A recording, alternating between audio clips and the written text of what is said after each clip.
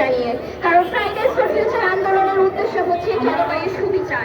বাংলাদেশের জন্য জলবায়ু পরিবর্তন একটা বিরাট সমস্যা। এই সব জলবায়ু সমস্যার কারণে পাহাড় থেকে সমতল পর্যন্ত মানুষ ভুক্তভোগী হচ্ছে, এবং তার একটা মূল কারণ হচ্ছে জীবাশ্ম জ্বালানি। বাংলাদেশ বর্তমানে যে পরিস্থিতি আছে এবং বৈশ্বিক যে পরিস্থিতি, তার কারণে কিন্তু জীবাশ্ম জ্বালানির কারণে বাংলাদেশের অর্থনীতি কুক্ষিগত হয়ে গেছে।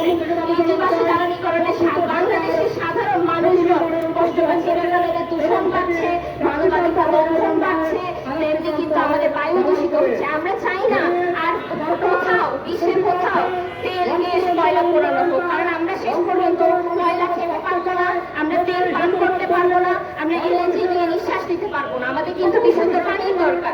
আমরা বিশ্ব নেতাদের কাছে চাই তারা যেন আর কোনো জীবাশ্ম জ্বালানি ভিত্তিক যে প্রকল্প আছে, জীবাশ্ম জ্বালানি যেন তারা বৃদ্ধি না করে, নবায়নযোগ্য জ্বালানিতে যেন আরো বেশি ইনভেস্ট করে।